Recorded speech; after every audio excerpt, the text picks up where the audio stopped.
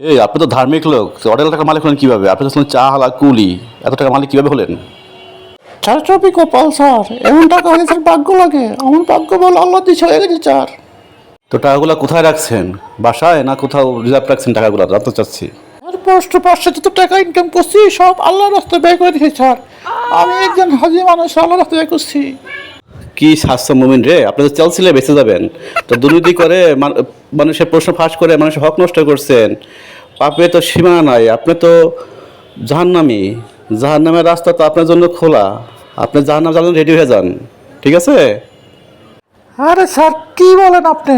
আপনি আমাকে দেখছেন, আমি 5 ওয়াক্ত নামাজ পড়ি মাঠে ঘাটে বাসে ট্রাকে ছাদে বাথরুমে নদীর পাড়ে পুকুর পাড়ে পানির উপরে গাছের উপরে।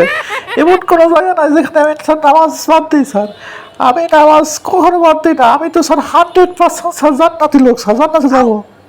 এই আপনি যে এত দান খরচ করেন, আপনি তো হাতেন তো হয়ে গেছেন গা, এত টাকা সুখী আপনার, হ্যাঁ? হয়েছে কি স্যার? আপনি তো জানেন না স্যার, আমার একটা শুটকির ব্যবসা আছে স্যার। এই শুটকির আওতা আছে, আমি খুব বড় ভাবে একটা শুটকির ব্যবসায়ী স্যার। আমার অনেক কানি জমি নিয়ে শুটকির ব্যবসা আছে, আমি নিয়মিত শুটকির ব্যবসা করি। এই শুটকি আমার স্যার সকল টাকার উৎস স্যার, আমি পাকা ব্যবসায়ী। কিন্তু আমরা তো জানি আপনি প্রশ্ন আর্ট করতেন, প্রশ্ন আর্ট করে টাকা ইনকাম করতেন। তা প্রতি প্রশ্নে আপনি কত টাকা করে নিতেন প্রতি প্রশ্নে? না স্যার বেশি না স্যার, মানুষ খুব কিপটা স্যার, টাকা দিতে চায় না। প্রত্যেক বছর মাত্র স্যার 2 কোটি টাকা করে নিতাম স্যার। সর্বনাশ, বেটা সাল কয় কি! এই আপনি তো শুনছি নাকি 700-800 লোকের কাছে কোশ্চেন বিক্রি করতেন। তো বিসিএস তো মেন সিটি আছে মাত্র 520টা।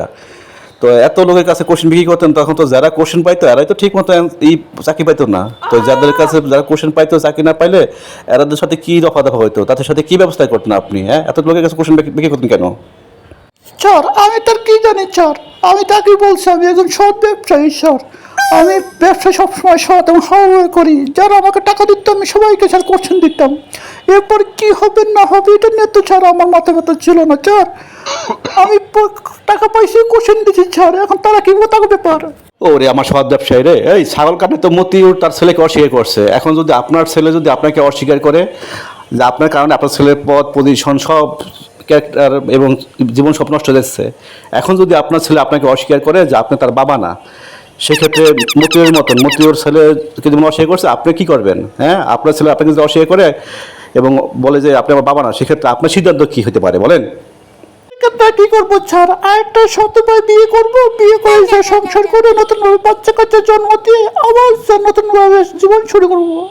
এ, আপনি কি শুধু বিসিএস এর কোশ্চেন আউট করতেন, নাকি এসএসসি এইচএসসি এমএসসি গাছতলা বাসতলা যত কোশ্চেন সবই আউট করতেন? আমি স্যার আমার কি, আমার হলো আমি ওয়ান স্টপ সার্ভিসে স্যার বিশ্বাসী স্যার। আমার কাছে যে এই সাথে ঘুরে দেবে এমন কিছু না হয়, কারণ আমি সব ধরনের কোশ্চেন বিএসপিএসসি প্রাইমারি কোশ্চেন আউট করতাম স্যার। এই বেটা সাহলে, এই আপনি তো শত শত ছেলেদের হক নষ্ট করেছেন। আপনি তো নিগাত একটা শয়তান, হ্যাঁ? আরে স্যার এটা কি বলেন স্যার? যারা আমার মতো সৎ ব্যবসায়ীর কাছ থেকে প্রশ্ন না নিয়ে পরীক্ষা না দিয়ে আমাকে আমার হক নষ্ট করেছে স্যার, আমার ব্যবসায় ক্ষতি করেছে স্যার, তাদের তো আমি মনে করি সবচেয়ে এই জগতের সবচেয়ে বড় শয়তান স্যার। আচ্ছা ঠিক আছে, এটা নয় বুঝলাম। তো আপনার জীবনের আদর্শ এবং লক্ষ্য কি? কি লক্ষ্য আগাইতেছেন আপনি? স্যার আমার না আছে ব্রেন, না আছে মেধা, আছে হাম্বল মাত্র একটা বুড়ি। তাই আমি সারা বছর ঠান্ডা মাথায় করে যাই প্রশ্ন চুরি এবং 20 টাকা ইনকাম, তার সাথে ভুরি ভুরি।